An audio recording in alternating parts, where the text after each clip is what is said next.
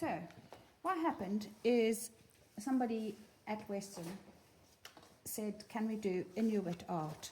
And I thought, and she came and she brought me that. Okay. And then at the same time, she gave me that. So that has been sitting around on my desk for quite some time. And she gave me that. And then somebody sent me a postcard, and it was that. And I thought, well, I'm going to just have to get down to doing this Inuit art. Up until then, I really wasn't feeling it. And you can't really do something if you're not feeling it. So I thought, right, okay. If somebody requests something, I don't always do it straight away, but I do try and fulfill the request. So I started researching Inuit art. Did anybody watch the video links I sent out? Yeah. That is only a small proportion of what I've watched. And the one who was like,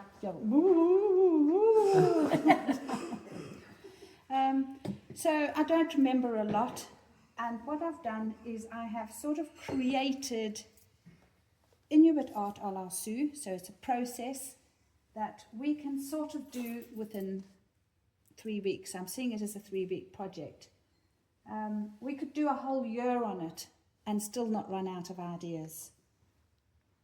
So that's where we're going.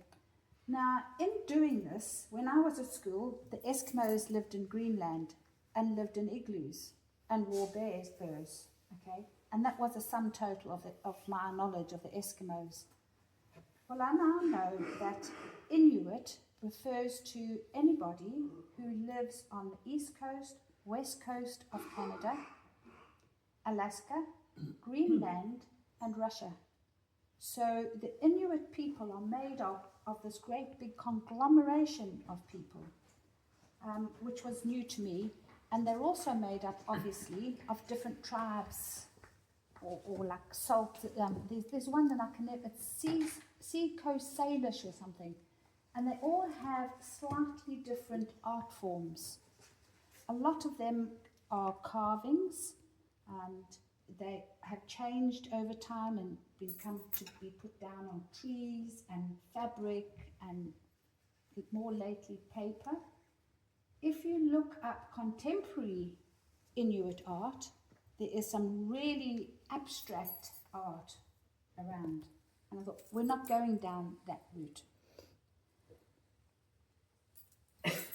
Out of all of this came some basic shapes.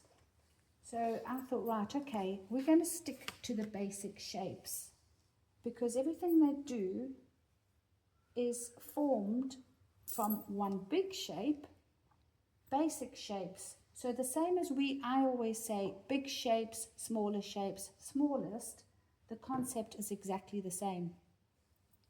So the reason I gave that out on the email is so that everybody had a copy of that, okay?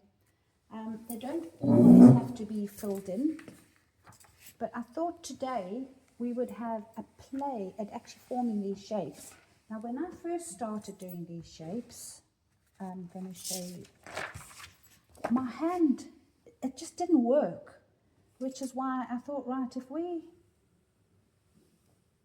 have a play.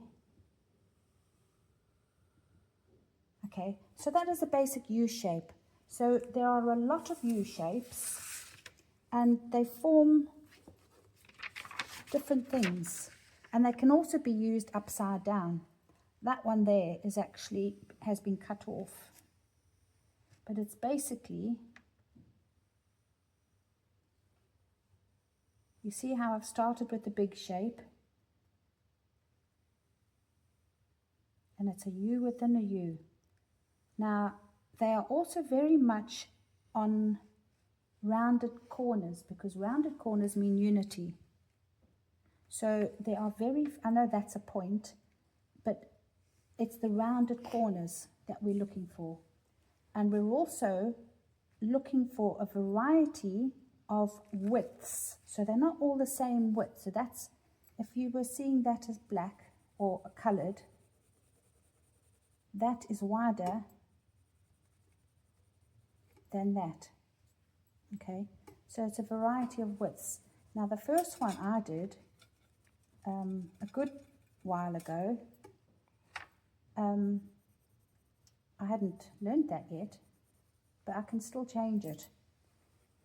So what I would like us to do before we start doing anything is just have a play with some of these shapes.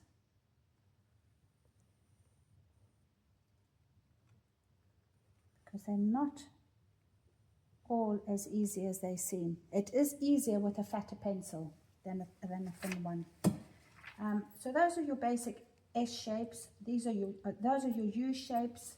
These, you've got your S shapes, and then you've got your basic ovoids, and that is a trident, and it's been cut off. So this is my it's a trigon. There it is there. Okay. So anything where you have what sort of resembles a triangle. Now, I know what you're going to say. You're going to say, I've got a point. But this is what you do. Start off with the point.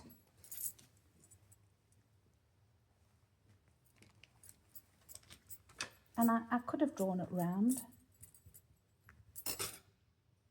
And then you change the shape. Which is why we are just doing this. You see how it's changed. Okay, so we want lots of rounded corners, rounded edges. You can put a circle inside there. So I've started off with a big shape, I've got a middle-sized shape, and I've got a smaller shape. So what I am going to suggest is that we have a little play.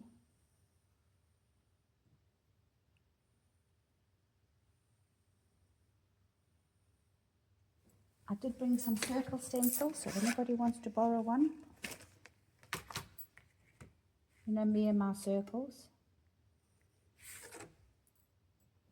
Okay, so we're going to have a little play.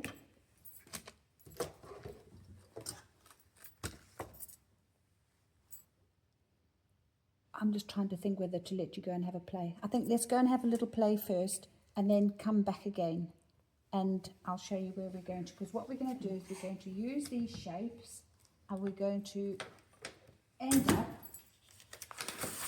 doing something like that today. And I'm going to show you how to do it. Does that make sense? Right, because here's all the shapes, look.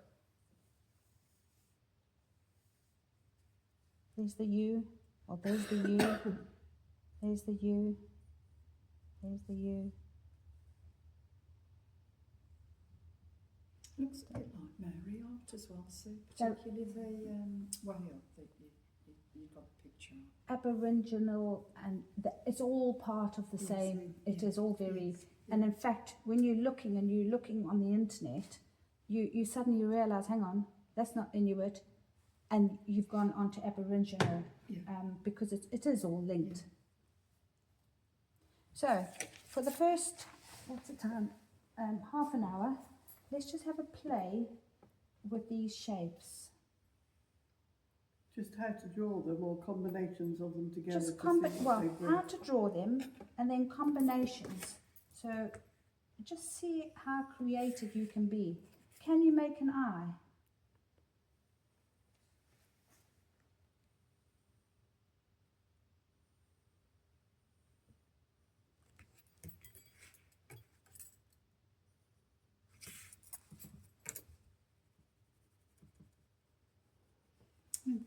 And that one seemed to me looked like a beak, and that's the nostril and the beak of a big bird sort of thing. It could be. Does look like a beak. Let's give it an eye. Big eye.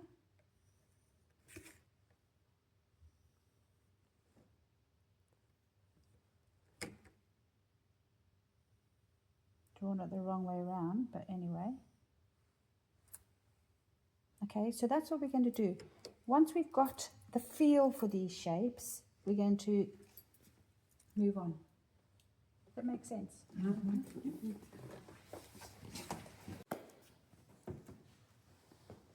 Just so we don't get confused, today is a play. What we're doing today is trying to get into our heads how to work up from a big shape to smaller shapes using the basic ovoids, trigons, and U shapes and S shapes. Okay. What I do need to say is these are not the only shapes that they use. Okay. I have simplified the whole thing down just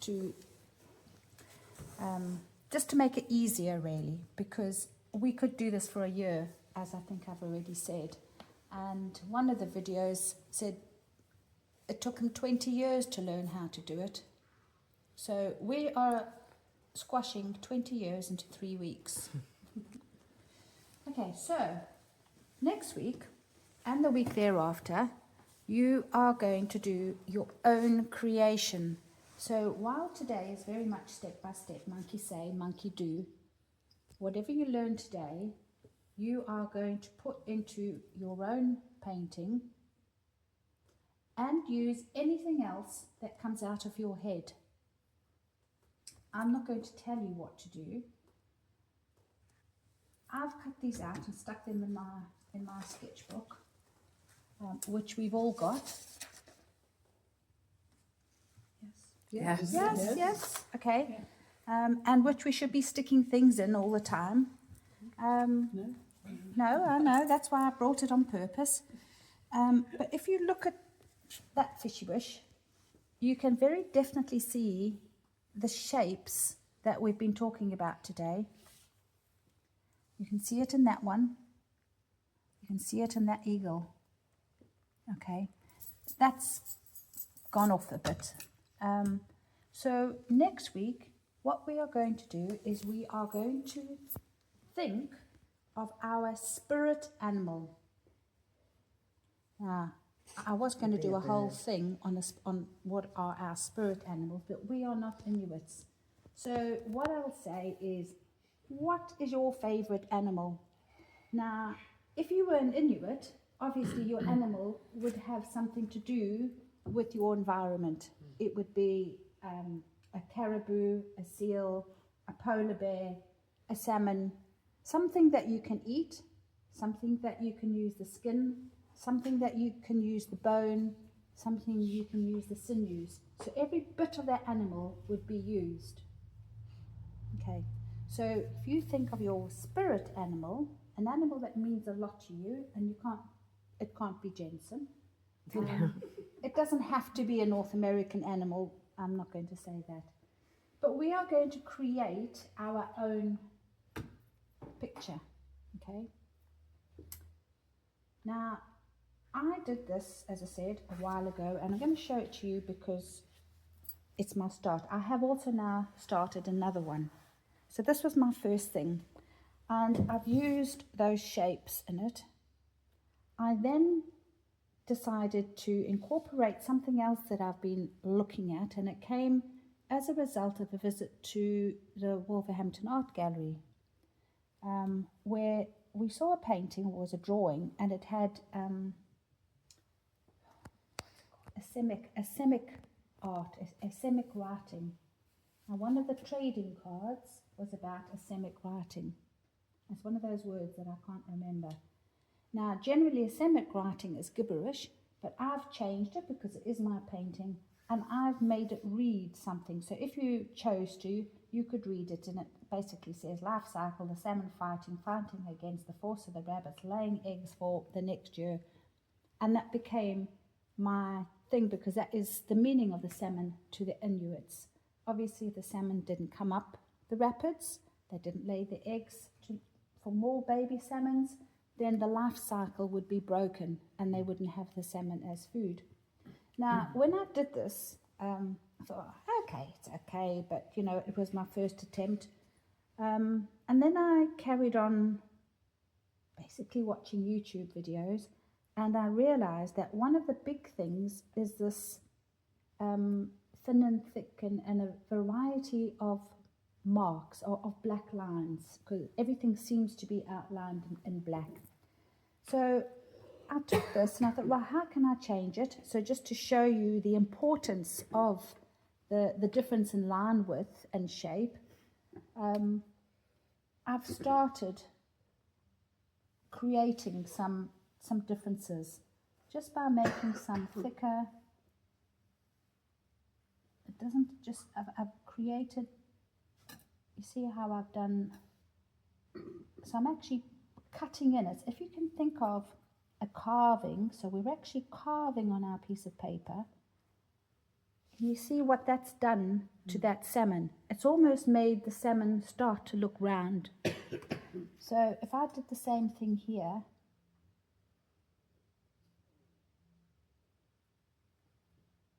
and I'm just using a black pen. So when you come to do yours, you can use a black pen or you can use paint. I think it's probably easier just to use a black pen. So I would paint it first and then put the pen on. So, and again, it's, you know, Zentangle. We all like to do Zentangle, don't we? Never heard of it. You never heard of Zentangle? Oh, we'll have to do a whole lesson on Zentangle. Have we done it? We have. So Zentangle is basically seen as a mindfulness thing. But you know what? The Inuits were doing Zentangle thousands of years ago. So it's nothing in this world is new. There's just recreations. So although I thought that was finished 6 weeks ago, can you see how it wasn't finished? Okay, so I wanted to show you that. So next week, you are going to choose your own animal. You're going to work the background. So in other words, we don't just want a fish, because, well, a fish on a piece of paper, what are we going to do to the background? That is the hardest part. So I suggest that you put into Inuit Art in Pinterest and have a good look at what comes up. If you want to do a penguin, Inuit Art penguin, and just have a look at what comes up. My one that I have started, I like the circle, so I actually have a form of him within a circle, and I've done waves very similar to that in the background. So I've taken a couple of images and incorporated them together. That makes sense? Okay, so again I'm saying this is very much monkey say, monkey do. Next week and the week after, it's your creation. You will be using gouache, not gouache, opaque paint. So normally we use transparent colours. We're going to have a go at using opaque. So all the cadmiums are opaque, mainly because they resemble more the paints that they would have used. But you can do what you like to those opaque paints. You can use them really watery, you can use them thick. It's open to you. You can add gold paint into it. It's your creation, as long as you keep to a spirit animal and the basic shapes. And one more thing, red, yellow and blue, because those are the Inuit colours. You cannot mix a blue and a red to make purple, and you can't mix a blue and a yellow to make green. You've got to stick to those colours. I am, because it's us, allowing you to use gold and silver if you so wish. Does that make sense? Right, so carrying on today, because that was just a little aside. You know, I said about seeing it as a big shape. And we are doing it so that it's a mirror image. And I thought we'd do this because we're doing the shapes, and it was actually quite nice. So I saw it on a YouTube video, and I've just found another image that we can use. So it's a different one that was on the YouTube, but I thought the process was quite nice. So that's the reason we're doing it. Okay, so on our piece of paper, first of all, I'm going to do that to it. So we're only looking at one side. We are going to fold our sheet of paper in half. So we've got a crease down the middle. Because a lot of their work is symmetrical. So you could, if you wanted to, just say you were doing a puffin, you could have a puffin that way and do this process and have a mirror image of your puffin. Okay, so big shapes. Basically, if you look at that as a shape, it's a heart. Am I right? Okay. So if I do that, I draw half the heart. Half the heart. Now I've got to break it up. So I've got that there, but let's just get this one in.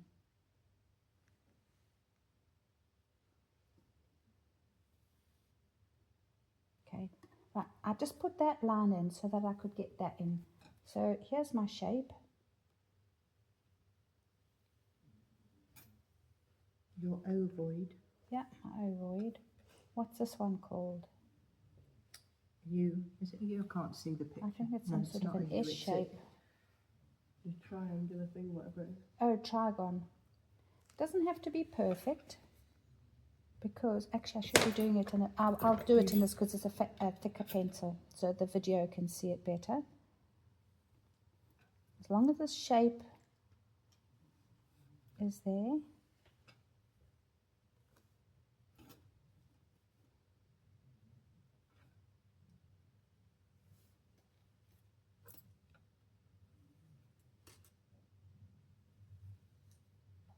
There was a reason for the parallel lines as well, wasn't there? I can't remember what it was.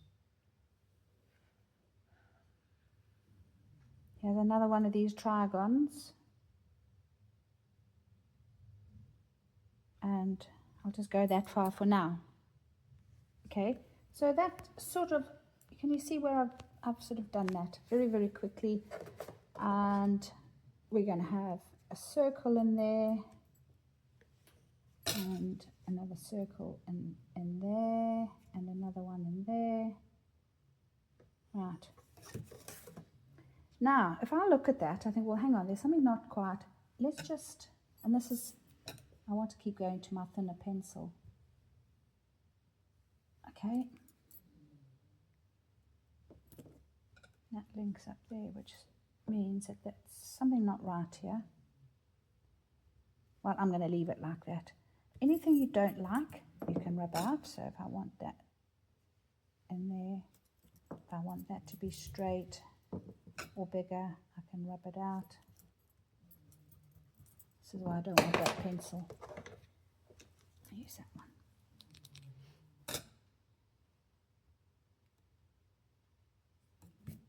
And my good old Tombow, because I want this to be as good as I can get it. There are my U shapes. I've got another one that I've done. So this is like a Blue Peter moment. What I'm trying to show you, how we started with the big shape and then we've gone to the middle-sized shapes and then the smaller shapes within. Does that make sense? Mm-hmm. So, Blue Peter moment. Once we have finished it, and I suggest that you start off with a light pencil because it means you can rub it out. And I did, and I then used my rubber to make sure that everything was perfect or how I wanted it. And you notice how I didn't want the other head in there, so I've just added that in to make it different. And then I've gone over all my lines with a darker pencil. So this happens to be a 6B. Okay. Now, when we come to do the next part, you do need to have your paper on a soft surface. So don't just do it straight on the table. Either put it on a drawing pad or a book, or this has got other paper underneath it.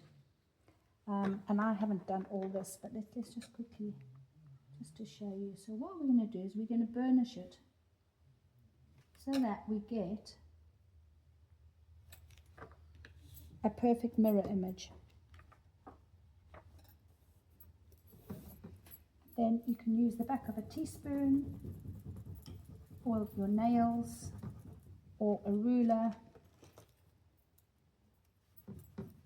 whatever you find works for you. And then you have a look and there's your mirror image. Okay, it doesn't work with trace down because it just doesn't, everything's the wrong way around. You've still got to go over everything. And there's our image, so that's the start of it. And then if you want to, you can paint it. You do not have to paint that black. You could say, well, I'm going to see that as red, and that is black. It's entirely up to you. And you can paint it on your sketching paper as long as your paint is quite thick. Does that make sense? So that's where we're going to. All I'm asking is that you use him as your start. It doesn't have to be exactly the same. You can see I've already put in an S shape into his eye. I could, if I wanted to, I think I might put another circle in there.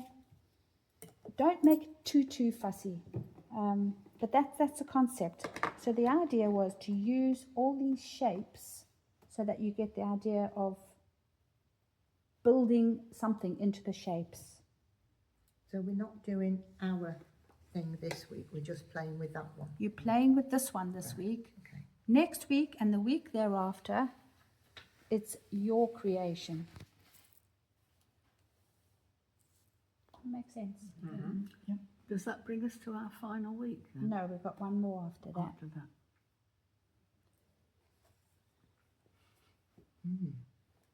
Let's go then. So, Chop chop.